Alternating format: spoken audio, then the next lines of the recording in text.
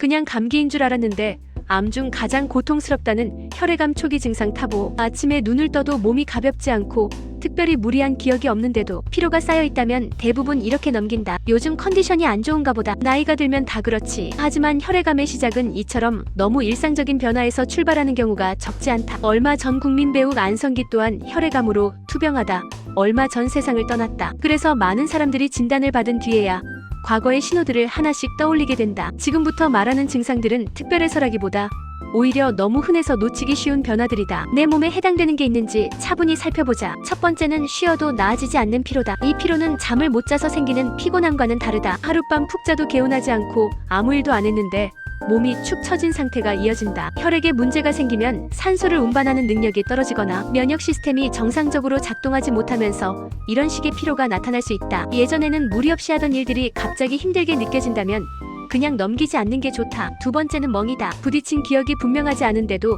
팔이나 다리에 멍이 자주 생기고 색이 짙거나 쉽게 사라지지 않는 경우가 있다. 혈액암 초기에는 혈소판 수치가 감소하면서 작은 자극에도 출혈이 생기기 쉬워진다. 특히 피부에 작은 붉은 점처럼 보이는 출혈 자국이 생기고 눌러도 없어지지 않는다면 단순 피부 문제로만 보기는 어렵다. 세 번째는 잦은 출혈이다. 양치할 때마다 잇몸에서 피가 나거나 이유 없이 코피가 반복되는 경우다. 이런 증상은 흔하다 보니 대부분 치아 상태나 건조함 때문이라고 생각한다. 하지만 혈액 응고 기능에 이상이 생기면 사소한 자극에도 피가 나고 멈추는 데 시간이 오래 걸릴 수 있다. 다른 증상과 함께 나타난다면 한 번쯤 점검이 필요하다. 네 번째는 밤에 나는 식은땀이다. 덥지 않고 열도 없는데 자다가 땀 때문에 잠에서 깨거나 이불이 젖을 정도로 반복된다면 주의해야 한다. 이런 야간 발화는 특히 일부 혈액암에서 비교적 자주 보고되는 신호다. 스트레스나 체질로 치부하기 쉬운 증상이지만 원인을 알 수 없는 상태로 계속된다면 그냥 넘기지 않는 게 좋다. 다섯 번째는 뼈와 신경의 이상이다. 혈액암은 골수에서 시작되기 때문에 초기부터 뼈 깊숙한 통증이 나타날 수 있다. 허리나 갈비뼈, 골반처럼 겉으로 드러나지 않는 부위가